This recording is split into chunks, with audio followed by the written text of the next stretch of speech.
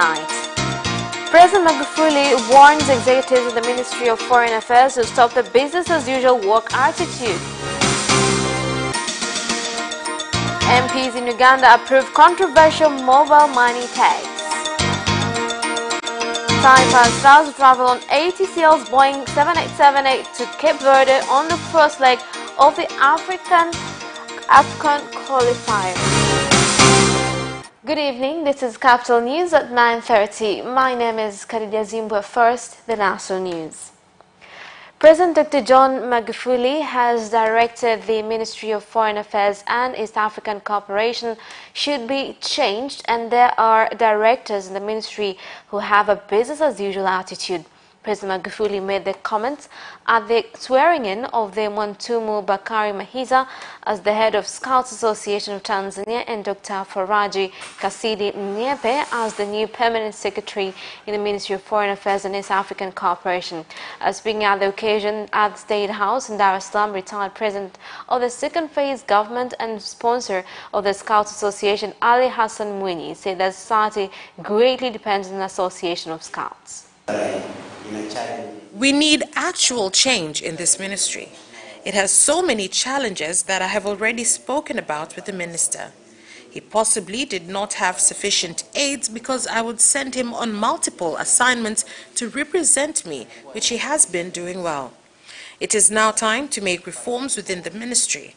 I know that there are many good directors, but it is also possible that some of them are too comfortable with the job. There are many positions in other ministries, so they can be shuffled around to make them better overall. You wanted me to continue as an advisor to Scout leaders. Thus, I advise you to work according to your rules and follow them. If you do not follow them, you will embarrass me, because I will have placed my faith in someone unworthy. Today, I'm almost 94 years old. I do not have long on this earth, and I do not want to live here with shame behind my name. That is why I ask. If you read the President's guideline in 1964, it directs how the Ministry of Foreign Affairs and International Relations will work with other ministries, ambassadors, and the international community. This is one of the things I am going to go and oversee. I believe that this builds work procedures between ministries and ambassadors in and out of the country, and between our ambassadors who are in various countries and the ministries of other countries. Chemba District Council in Dodoma region has suspended five head teachers of primary schools and education coordinators following allegations of exam leakage during the National Standard 7 examinations. The move comes after announcement of results of the primary school leaving exams held last month. The District Commissioner of Chemba, Simon Odunga, said the Director of Chemba District Council has suspended the head teachers in order to pave way for investigation into the matter. Na kuwasiliana na mamlaka husika. Wanapoendelea kubaini kupitia yale mawasiliano. As they continue to discover more, they are communicating with both the regional and district examination committee. More people are still being caught and more action will be taken. What was done is not a district nor council strategy. It is one by lazy and dishonest officials who do not want to implement their responsibilities. Waadilifu wasiotaka kutekeleza wajibu. Mpaka sasa tunavyoongea uchunguzi unaendelea, lakini as we speak, investigations are ongoing, but about 10 people have been discovered. 5 ward officers and 5 primary school headmasters have already taken action and relieved them of their authority. This matter is being investigated by defense and safety organs, and we should leave it to them to do their job. I ask students to go back to class and redo the exams. Residents of Chamba district have voiced their views on the problem of exam leakage in primary schools in the district and called on the government to take stern action on those implicated in the incident. On his part, the Dodoma Region Commissioner Dr. Bilnith Mahenge said that they have also suspended 4 teachers who were supervisors at private schools in Kondoa district. Baada kusikia matokeo yamefutwa nijisikie vibaya. I feel bad after hearing that the results have been erased, but now I am prepared for the coming exam. It is possible that teachers have lost their ethics and want to use shortcuts instead of teaching. They want people to pass for pride's sake. Ambapo afisa elimu wa Chemba Education Officer, Chemba's District Education Officer, and Singi Education Officer in Kondoa have been removed from their positions. Prime Minister Kassim Majaliwa has directed the Ways and Measures Agency to cooperate with all district municipalities in the country to run an operation that will uncover areas in which farmers' crops and produce are being sold by people who tamper with measurements.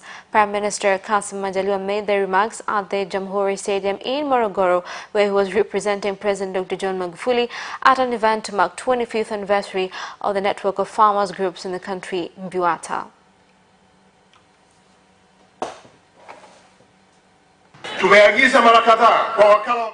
We have many times ordered agents to follow up on this, but I still see that there is a problem. I direct them for the last time to make sure they work with all councils to ensure our harvests are not measured by unofficial measurements. It is a priority that there is continued growth to improve collection of information and evaluation of its tasks.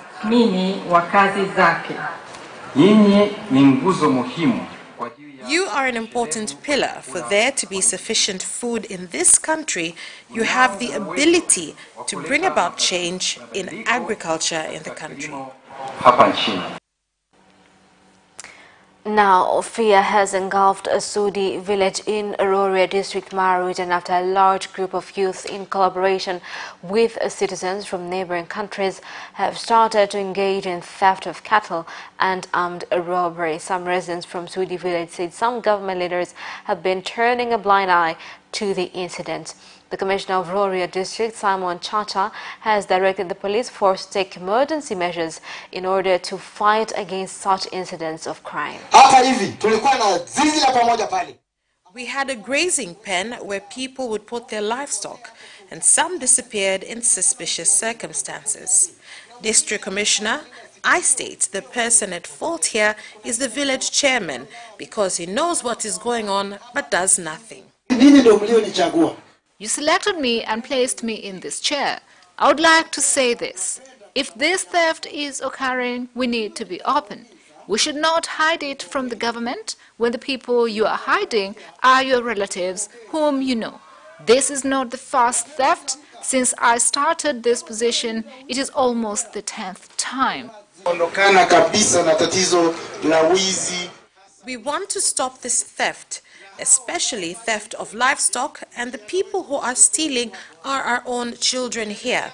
If we continue with this trend I've seen in this meeting, we will create a problem later on that we will be unable to resolve. The government has said that it is finalizing procedures to be used by bus transporters which aim to allow Tanzanians work 24 hours. Speaking in Mbeya, the Minister of Home Affairs, Kangi Lugola, said that preparation of the procedures is being done by the Inspector General of Police IGP Simon Siro, being implementation of a directive he gave a few months ago on 24 hours bus services. I want to use this opportunity to tell Tanzanians that my directive is still being implemented well. The Inspector General of Police is still writing down challenges and how to address them.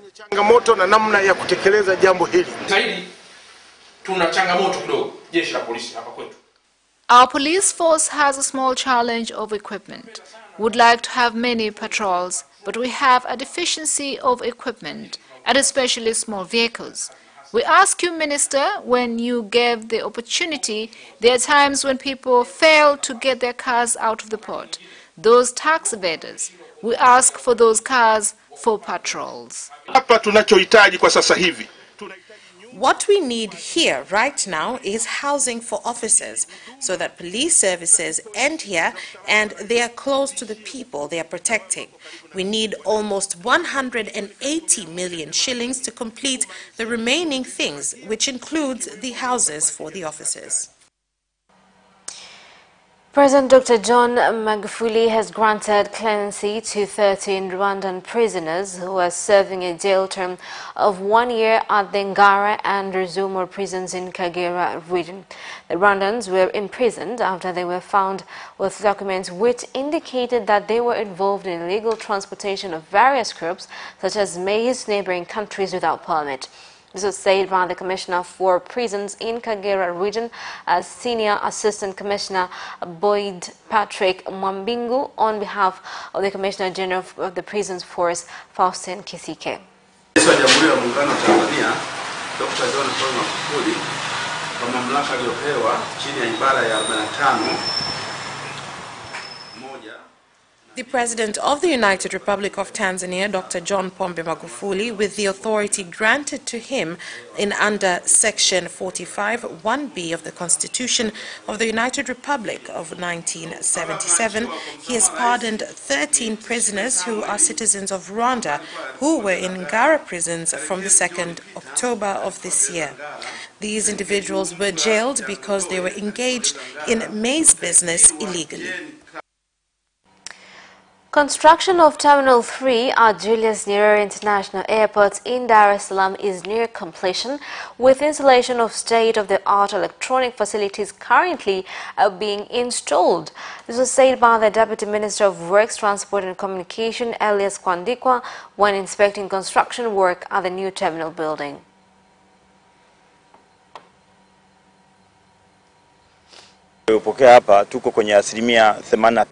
We have reached 83% of construction for this project. 83% is a big percentage. We have only remained with 17% to complete this. But when you go further, you will see a big percentage was on the equipment used, which as seen, the equipment are of new modern technology. There is a lot of machines and other equipment are still coming for completion. On the side of the building, we are on 73%. Some of the things, as you have seen inside, we have different kinds of check-in systems, different from the ones we have at Terminal 2 of Julius Airport. But here, as we said, we have a system like BHS, Bag Handling System, which is 5-level security, which are used in international airports. Also, as you can see, we have added more places of checking in luggages. And this is because that building was estimated to handle 1.5 million passengers per year since the 80s. That building has 34 years. So from the recent statistics of last year's, we were able to receive 3.5 million passengers, and from those, 2.4 million used the Julius Airport Terminal. So you can see the estimations used of that building, and the requirements of now is like twice as much.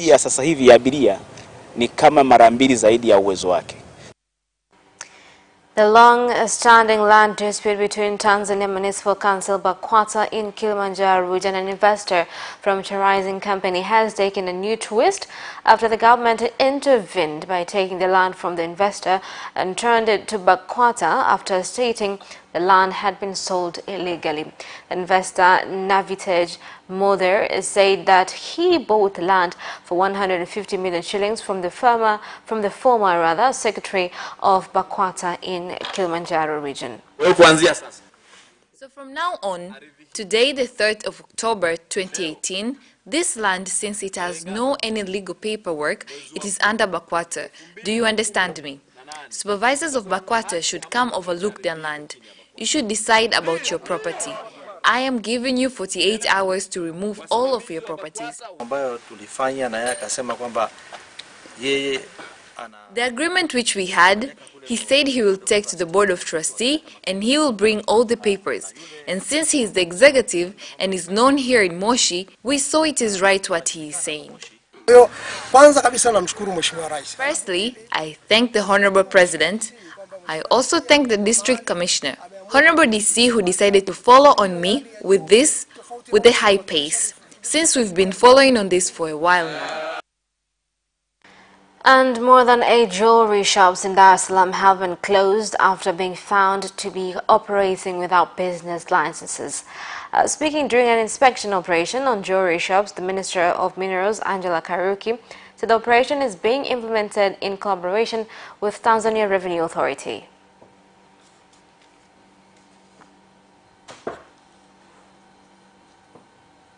Hili la Al Hassan Jewelers. And of this of Al Hassan Jewelers, we have reached here, and I can't say it is of bad luck. They don't have business license since 2004, but also they don't have license of mineral business, even one of them, and they have never have. And basically, different auditing has been done, so today we must take action. Basically, lawyers and people from Mineral Commission are here. They have called the local chairman. There are steps into collecting those minerals. And after that, they will be taken to court and other law procedures will be followed. Na baada ya hapo wanafunguliwa shtaka na hatua zingine za kisheria zinafuata. Na kufanya biashara madini anatakiwa awe na leseni ya udalali kwa maana For the one doing mineral business, he is supposed to have mineral dealer's license. So we have noticed he has a 2004 license. So from 2004, he has been doing this business without having a legal license, which allows him to do his business without disturbance. So from the action which we are expecting to follow according to the clause of law 6.4, his property has to be nationalized. And that is the end of national news. International news follows next after the break. We'll be right back. The relaunched Financial Times is the premier business newspaper in Tanzania. The Financial Times is a weekly source of information and business insight for the most successful leaders, executives, investors, and entrepreneurs in Tanzania and throughout the East Africa region. We provide critical business insight and in-depth features on companies, people, strategies, ideas, and economic trends. The Financial Times offers an unrivaled platform for advertisers to enhance brand awareness and move products. We will enable you to reach confident and informed consumers and decision makers who are ready to buy, which includes company CEOs, CFOs, managers, entrepreneurs, policymakers in government, politics and civil society, diplomats, members of the academia and other key influencers. See examples of advertisement opportunities featured in Financial Times sections below. Telecom sections, real estate section, company news, banking, finance and insurance industry, information technology, national, regional and global markets overview, motoring, lifestyle. Get your copy of Financial Times for 2,000 Tanzania shillings only.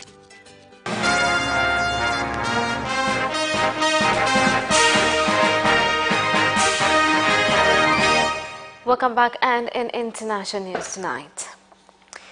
Parliament has approved the Exercise Duty Amendment Number 2 Bill 2018, effectively reducing the mobile money transaction tax from 1 to 0.5%. MPs voted on the bill on Tuesday afternoon following last week's botched vote due to lack of quorum.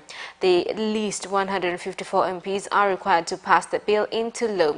The State Minister for Planning, David Bahati, said the government intends to collect 115 billion shillings from the mobile money transaction tax to finance part of the 2018-2019 financial year budget in Uganda. The government is for rich and not the poor. The poor will continue to suffer. Most of the people who approved, they did so because they were bribed.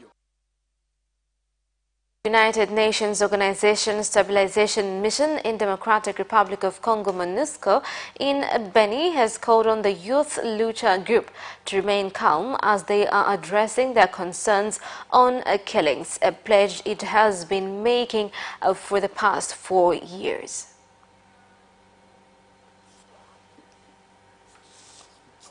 Je voudrais aussi passer les condoléances de la MONUSCO.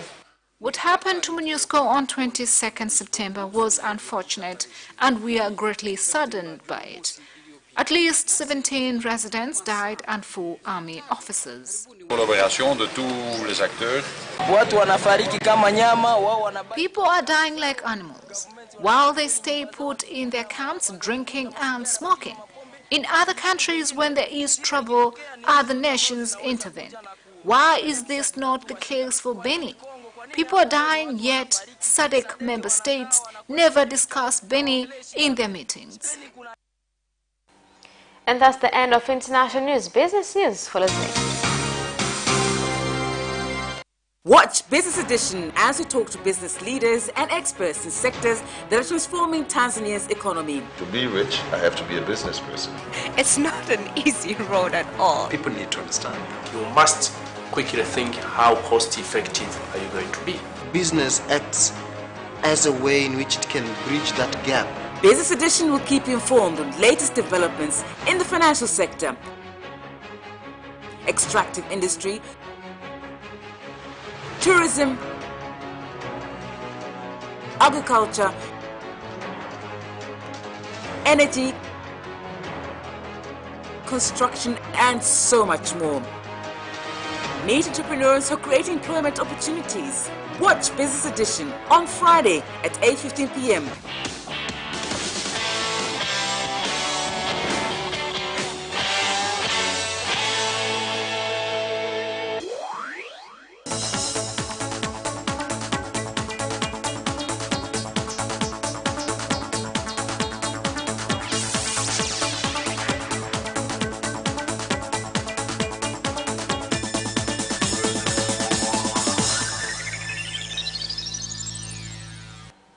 And in business news, the International Financial Corporation IFC is under the World Bank has said that there has been small growth on use of banking services on the African continent and that more education is needed to increase awareness on banking services.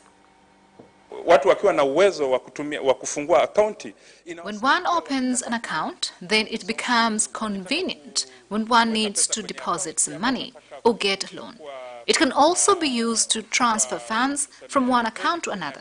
So the work that we have done has simplified lives. Also supporting the financial sector directly in Tanzania, where IFC, we invested around $100 million the last few years, and we have advisory service projects with banks like CRDB to develop agri-finance, or with NBC to develop SME banking. So this is all about the IFC role, but mainly and refocus on what we are doing and what we are planning to do in the next coming 2 days. It's like I said, first to celebrate what we did together the last 6 years, but also the partnership, it's all about sharing knowledge. Tanzania Chamber of Commerce, Industries and Agriculture, TCCIA, has come up with strategic plans to implement resolutions made by the government for the next 5 years on procedures to be used to empower cashew farmers to make them more productive, including establishment of cashew processing industries. The main agenda on today's meeting is to discuss various issues, including policies and how they can be used to develop our union. This year, we shall be celebrating 30 years of TCCIA, and we shall commemorate by having various activities from district, regional, and national levels. This is usually before the beginning of a new season. What we usually discuss is on last season's performance, but also plan on how the new season should be. As you know, cashew nuts is a big contributor to the nation's income for the last 3 years. So our hope for the next season is that we shall get more buyers. The leaders of primary cooperatives in Mtwara region have urged the government to closely monitor performance of weighing equipment at the main warehouse during the 2018-2019 session. They say that measurements have been deliberately reduced for cashew nut by an average of 200 kilograms for each lorry that brings in the commodity at the warehouse.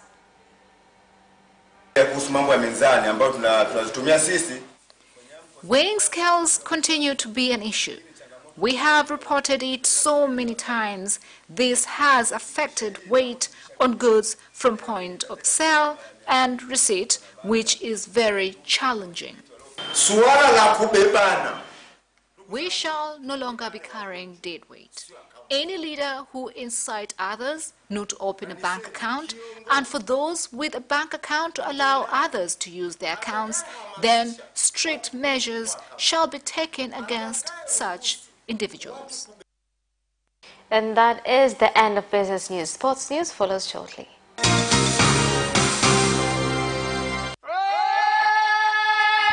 Hi, my name is Kotaro Tokuda. What's up? My name is Céline Garnier.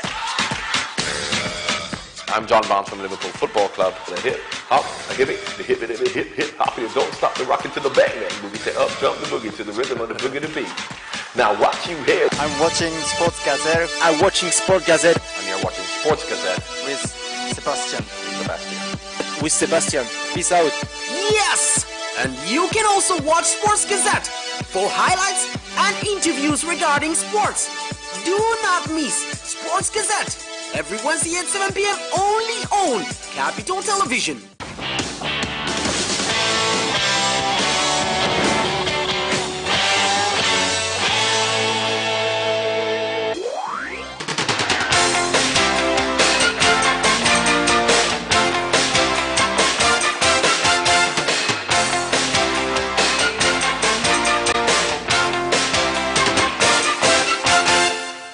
And in sports news, the Taifa Stars players and caravan will travel to Cape Verde with ATCL's Boeing 7878 for the Africa Cup of Nations qualifier first leg against Cape Verde.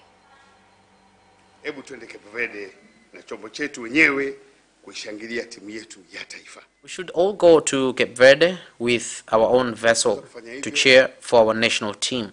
And we can do that. For all soccer fans, you should pay for your seats to go to Cape Verde, the country of Amilcar Cabral, for $1,500 go and return in the economic class and $2,000 for business class. I ask all the soccer stakeholders who have the intention of seeing our team perform well internationally in soccer to come forward and buy their plane tickets, and we will promote them every day. The national team head coach Emmanuel Amunike has allowed players who are in training camp to go to their respective clubs one day before their Premier League matches, as the league is still proceeding. We have announced the schedule because we talked to the coach in depth and he has seen that the schedule has no problem. For the players that are in the national team camp, those whose teams will have Premier League matches will get the opportunity to go back to their teams one day before their games. So they will be allowed to leave one day before their games to make sure they also play for their team.